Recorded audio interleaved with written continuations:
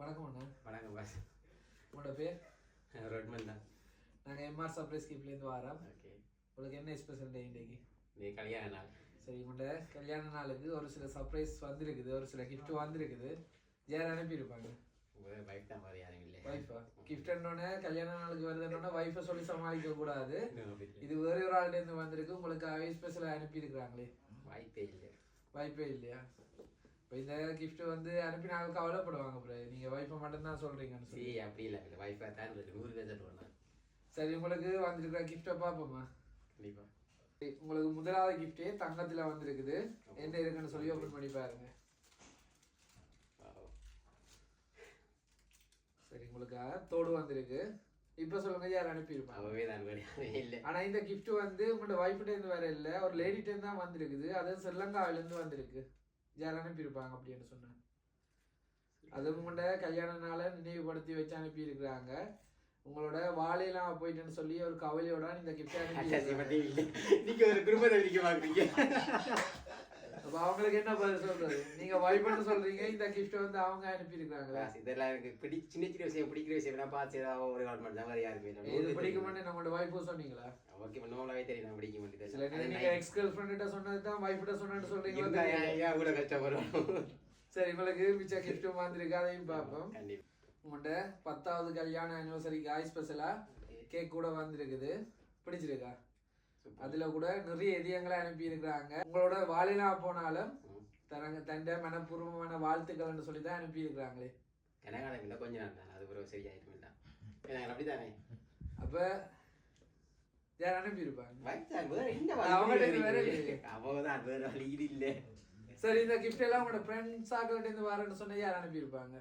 வாய்ப்பே இருக்காது. வாய்ப்பே இருக்காது. எல்லாரும் பார்ப்பாங்க, கோவிப்பாங்க, பிரச்சனை பேரும் பார்க்கலாம். ஆனால் அவள் தான் அனுப்பிடுவான். ஆனால் அவங்கள்ட்ட இது வேற இல்லைன்னு நாங்க சொல்றோம். இல்லை இல்லை.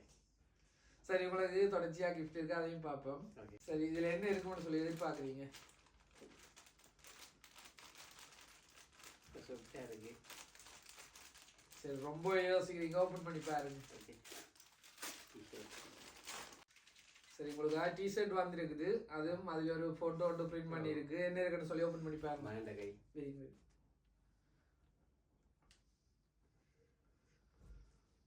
சரி, உண்ட பிள்ளைகளின் கையின் போட்டோ வந்து பிரிண்ட் பண்ணி வந்திருக்கு. அதுவும் எப்பவுமே உண்ட இதயத்தோடய இருக்கணுன்றதுக்காக இடது பக்கமே வந்திருக்குது.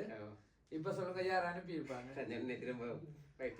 ஆனா உங்களோட வாழைலாம் போயிட்டுது, தான் இருக்க வேண்டிய இடத்துல எல்லாம் போயிட்டேன்னு சொல்லி கவலையோட உங்களுக்கு பிடிச்ச விஷயங்களை பார்த்து பார்த்து உண்ட எக்ஸ் கேர்ள் ஃப்ரெண்ட்கிட்ட வந்திருக்கு.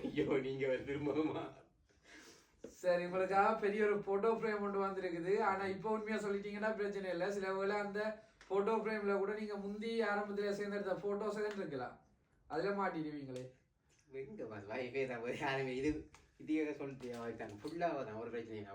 சரி, அப்ப போட்டோ ஃப்ரேம் நம்பிக்கையா பார்க்கலாம். 100% பார்க்கலாம். சரி, ஓகே.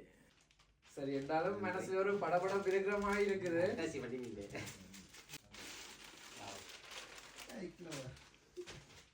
சரி, என்ன போட்டோ வந்திருக்குது? Family photo. சரி, ஃபேமிலி போட்டோ வந்திருக்குது. இந்த இடத்துல தான் இருக்க வேண்டிய இடத்துல இன்னொரு ஆள் இருக்காங்கன்னு சொல்லி கவலையோட இந்த கிஃப்ட் கூட வந்திருக்குது. நீங்க ஆரம்பத்துல கதைச்சினீங்களா, அப்புறம் சொல்லலாம் கொள்ளலாம் அப்படியே வெட்டிங் பண்ணி செட்டில் ஆயிட்டீங்களா? அப்படி இருந்தாலும் உங்கள்கிட்ட கல்யாண நாளும் மறக்கலன்னு சொல்லிதான் இந்த கிஃப்ட் உங்களுக்கு.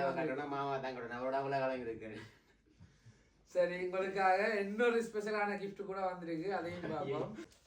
சரி, இது வந்து உங்களுக்கு ஸ்பெஷலா வந்திருக்குது. நீங்க அப்புறம் ஓபன் பண்ணி பாருங்க. உங்களுக்காகவே அனுப்பி இருக்காங்க. சரி, இப்ப சொல்லுங்க, இந்த கிஃப்ட் எல்லாம் யார் அனுப்பி இருப்பாங்க? நீங்க வைஃபை மிஸ் பண்றீங்க, வைஃப் இல்லைன்றக்கா இந்த இடத்துல இல்லைன்றக்கா அவங்கள சொல்லி சமாளிக்க கூடாது.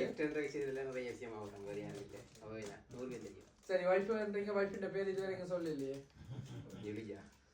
சரி, காதல் திருமணமா பேச்சு திருமணமா? சரி, எவ்வளவு காலம் காதலிச்சீங்க? ஒரு 5 வருஷம் பண்ணி அதை பிறகு 10 வருஷம் கல்யாணம் கட்டி மொத்தம் 15 வருஷம். இப்போ மதிய அளவு காதலோட இருக்கிறீங்களா? சரி, இந்த கிஃப்ட் எல்லாம் உங்களுக்காக கனடாவிலேருந்து உங்களுடைய மனைவியும் உங்களுடைய பிள்ளைகளும் தான் அனுப்பியிருக்காங்க. சந்தோஷமா? 100%. எதிர்பார்த்தீங்களா? கொஞ்சம் எதிர்பார்க்கல, இப்படி ஒரு நாள் எதிர்பார்க்கல. சரி, அப்போ மிஸ் பண்ணிட்டீங்களா வைஃபுக்கு? நைட்டே போட்டேன். சரி, என்ன சொல்ல போறீங்க? இப்போ ஸ்பெஷலாக இவ்வளோ கிஃப்ட் டைம் வந்து இவ்வளோ தூரத்தில் இருந்தாலும் உங்களுக்கு அனுப்பியிருக்காங்க, என்ன சொல்ல போறீங்க அவங்களுக்கு? பர்சனலாக சொல்ல போறீங்களா? சரி, நீங்க இருக்கிற மகிழ்ச்சியோட காலந்தோறும் இருக்கணும்னு சொல்லி வாழ்த்துறேன். நன்றி. இது மட்டும் இல்லாமல் இந்த கல்யாண நாள் வாழ்த்துக்களை எம்ஆர் சர்ப்ரைசஸ் சார்பாகவும் உடைய மனைவி பிள்ளைகள் சார்பாகவும் தெரிவித்துக் கொள்றேன். நன்றி. நன்றி.